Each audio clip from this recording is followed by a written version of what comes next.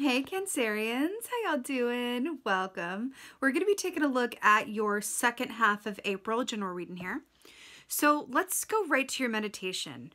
I immediately saw a crow. Immediately, it was large and in charge at the front of the frame here. And the crow took me to, it kind of felt like, it felt like a scene from a film where it was like really extra, but in a good way, where it was like, a full moon and, in a dark sky, and we were in I feel like I want to say like, scene in the middle of the woods, and there was this like very like cliche looking witch woman at a cauldron. It was like brewing some brew, and like there were all these animals in the forest, looking on, and there was this big fire, and it was very like, Macbeth, like, double toil and trouble. Like it was like a full like moment. And then I saw it, the Cancer Collective was kind of watching this, and then I heard the words like, I always wanted to be in this play. I always wanted to be a part of something like this. Like I felt like I was watching a production of sorts. And then I was taken to zoop, like the film ended, like the real, like, and it changed to like a, like I want to say ew, like it was an office with these terrible fluorescent lights, okay? Terrible, migraine inducing. Bad for the skin, fluorescent lights. And I saw the Cancerian Collective kind of like, it was like the opposite of this like, witch in the woods fantasy, sitting in this cubicle just looking really forlorn and unhappy and kind of feeling trapped and stuck in this cubicle with bad lighting. Oh my. And then I saw the Cancerian Collective kind of look towards me, like as I was the viewer, and say like, and this was how I figured out how to lead the life that I really wanted to lead. And then it took me to like the Cancerian Collective, like on a stage, doing like a TED Talk of sorts. That was like, and this is how I got out of like that, scenario and dumped that cubicle forever and went and lived a life that was beyond my, greatest imaginings. And then that was the meditation. So let's just like work through this a bit. Get to the cards. Let's start with the crow. The crow is very much about the power and ability that we have to manifest, right? But there's also an aspect of the crow. The crow comes in and alerts us when something is askew, when something ain't right, okay? Now, this could be that we're not living a life that we are meant to be living, that we are not living up to our highest and best potential, that we are engaging with other people who are maybe not being honest or have our highest and best potential in mind. But the crow comes in as sort of as an announcer. It goes, hey, something's not right, and I'm gonna let everybody know really loudly, and I'm gonna be up in your face to alert you to it. The crow cannot stand from an energetic standpoint. The crow cannot stand anything that is not completely honest in the light, and above board in a way. The crow would rather have everyone in a tremendous amount of discomfort and pain, but have the truth out there than have anything hidden, right? It's a beautiful animal energy for that reason, but it's not always the most comfortable. And if you think about crows, they induce a lot of discomfort. I mean, they're in these like scary movies picking away at, flesh off a corpse, and they have all this, terrible PR, really. But there's a reason for that, right? They elicit this kind of discomfort because they're also a bird that's very much up in your face. Like they're not like, a little canary like sing-songing, far away somewhere, like at a distance. It's like, caw, caw, like in your face. Crows will get up in your face.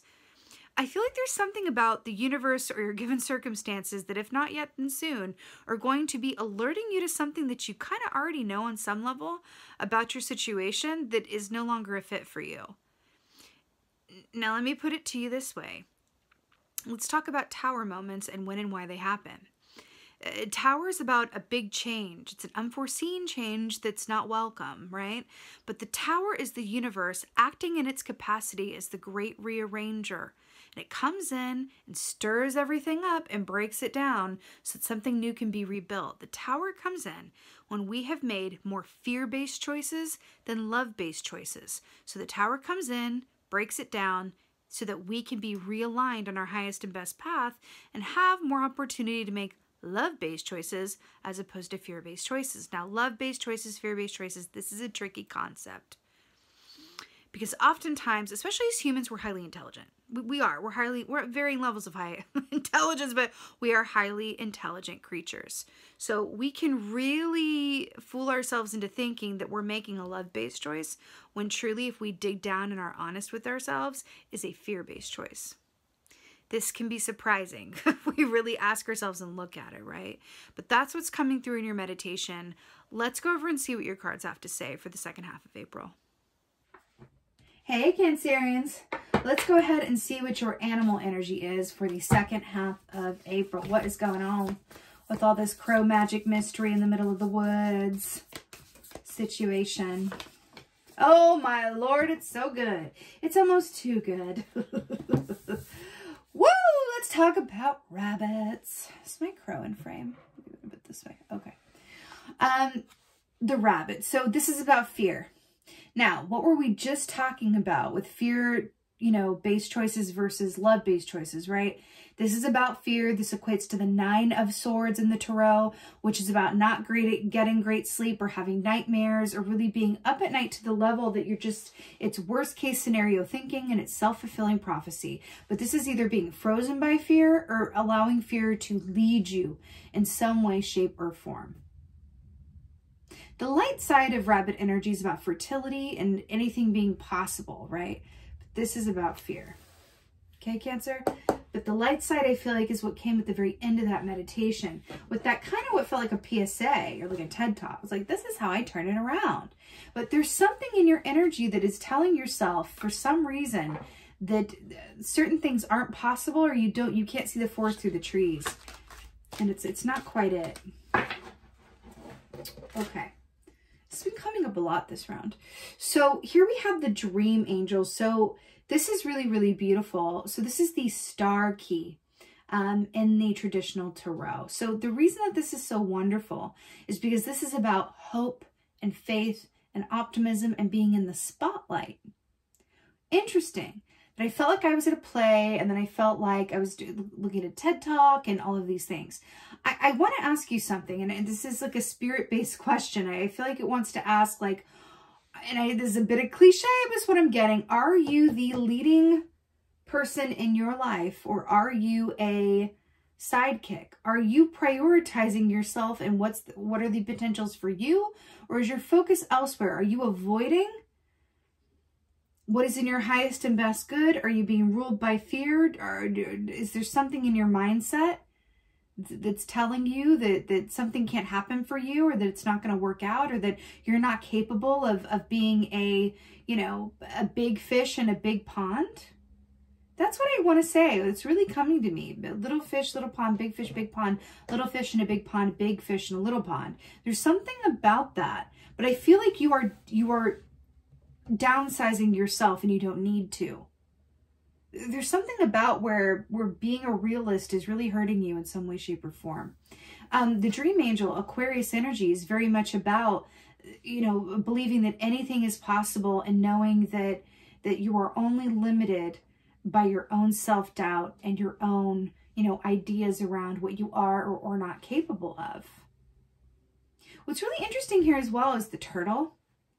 So as a Cancerian, you guys are, first of all, ruled by the moon, and we have the moon here, but also you guys are the sign of the home and the hearth.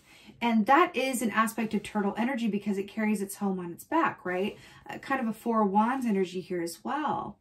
I really feel like she needs to throw these flowers into the water and let them disintegrate and then see what she's left with. I feel like there's something that wants to be released. This could be a mindset. This could be an attachment to a certain paycheck amount, having a steady paycheck. This could be releasing an idea that you have of yourself. If you want to switch jobs, but who would I be if I didn't do this, but I'm not happy. Whatever this is, there's something that wants to be released, and only in releasing it are you going to manifest something back that is bigger and better than you could have imagined. And it's fear that's keeping you from it. Okay? All right. What else is going on? Oh! Like that's here. Wow. Okay. Moving right along.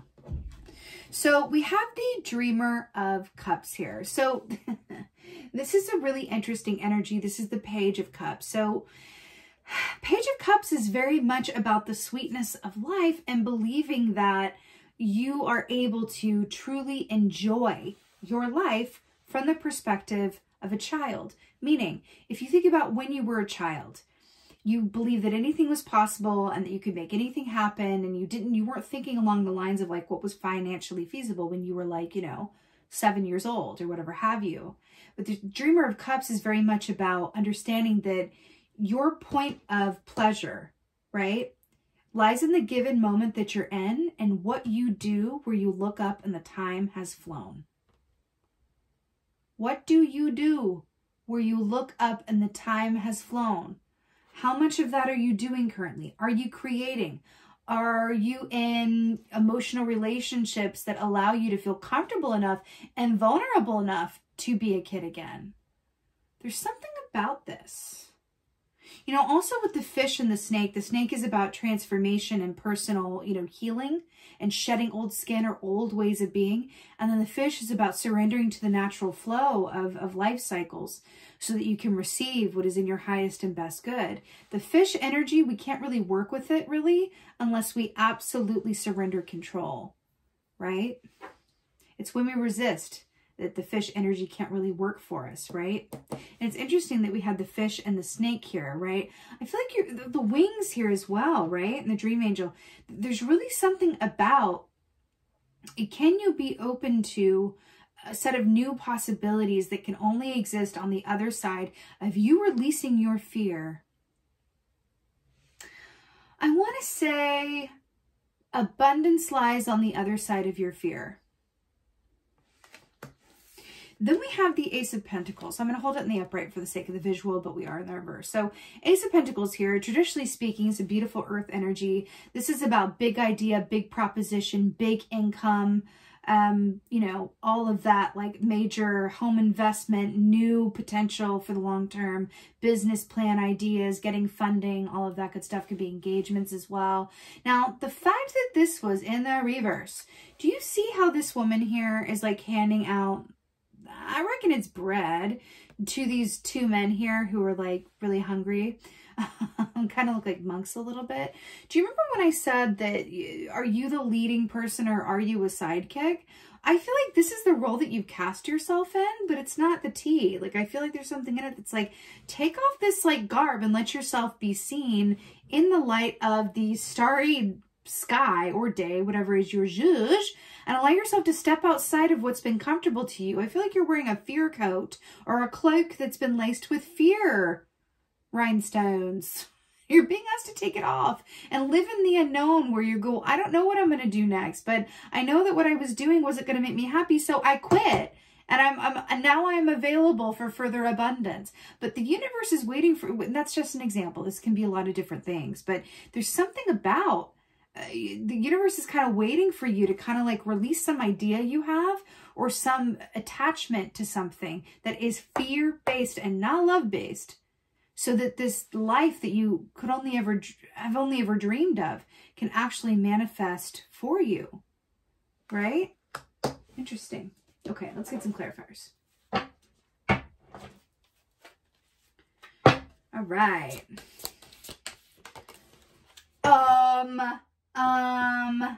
And the congregation said, amen. We have the Nine of Cups here, which is the wish fulfillment key. I'll just hold while you process that. Did you know that the Star key is also about wishes? And then we have the Nine of Cups, which is about wish fulfillment. There are two keys in this entire deck that talk about wish fulfillment. And you got both of them together at the same time, one to clarify the other. This is what we're talking about.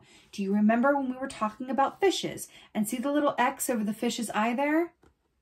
And about fish fertility and abundance and good luck can only work for you if you release control and release your attachment to something or fear of something. Wish fulfillment with the Star. The universe is right here saying, like, you don't have to keep doing what you're doing.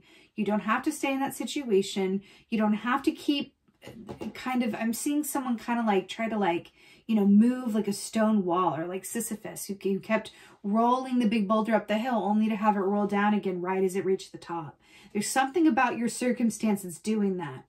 And it's saying, like, if you just let go, if you just put those flowers in the water, if you just had faith in you being an ultra manifestor star of your own show, your life could look quite different. But the thing is, if you won't, then it can't, right? That there's something about, are you willing to take a chance on yourself in order to manifest this? But it's like, I'm seeing an image of a closet that's really, really full.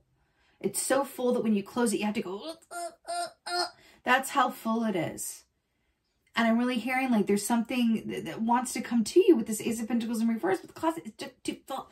So you're being asked to like clean out that closet. And I feel like a lot of it has to do with your fear. I'm hearing investigate the source of your fear. Did you inherit it? Did you inherit it from parents? Did you have parents that said, like, don't worry about going after your dreams. The most important thing is a steady paycheck. It doesn't matter if you're happy. Happy is being well fed. That's an example. And this whole idea of like being really happy and well fed, it didn't necessarily come across the table in the same way. That's just an example, but really think about that, right? Page of Cups. Something about that. Oh, perfection. The Magician to clarify the Page of Cups. The Magician, this is exactly what we're talking about. Of you being your own manifester, of you being able to manifest the life that you deserve and want and choose, right? This is as above, so below. This is you using all the tools at your disposal to manifest a life that you desire. But first you must get clear on what has kept you from doing so up until now, and then put in the work and the time to figure out, why did I do that? So you can exhaust yourself and then release it and get on with it, right? Listen, the way I'm saying it, I'm aware that it sounds like really easy in the ABC and the 1, 2, 3, but fear is tricky. It's the tricky bastard. What can I say? Fear is a tricky bastard, right? And it can disguise itself as other things. So I'm really hearing to just take the time within for yourself to investigate your own fear and how it's holding you back, especially if you consider the truth that your abundance is on the other side of your fear. So if you took that, right, and that were true, that your own abundance, the likes of which you've not known before, is on the other side of your fear, what would you do? And then think about that, right? Ace of Pentacles in reverse. Wow. King of Pentacles in the upright to clarify Ace of Pentacles in reverse. What can I say? It's a beautiful earth energy here. King of Pentacles, this is about wealth. This is about benefactors. The King of Pentacles is very wealthy. He always has everything that he needs. He has money to spare. But the King of Pentacles is all about your mindset, right? It's the lack of a poverty mindset. And it's a mindset that says, like, I believe that I'm always going to have all of the abundance and all my monetary needs will always be taken care of as long as I follow my feelings and trust that that will be so. This with the Ace of Pentacles in reverse. There's something about a poverty mindset here, or a mindset that has to do with fear, that you're being asked to make yourself aware of and call and take on the attitude and the swagger of the King of Pentacles. I am the star of my own show. Right? What I desire is coming to me, and that fear has no place in my life, right?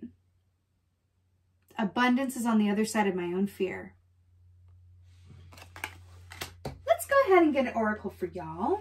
I'm using the Divine Feather Messenger Oracle today, which I'm really obsessed with. I used to use it a long time ago, but then I stopped, and I'm feeling like with spring being here, I'm really feeling the bird energy. It's such a big deal. So let's see what's going on. Get an oracle for my Cancerians here. Oracle.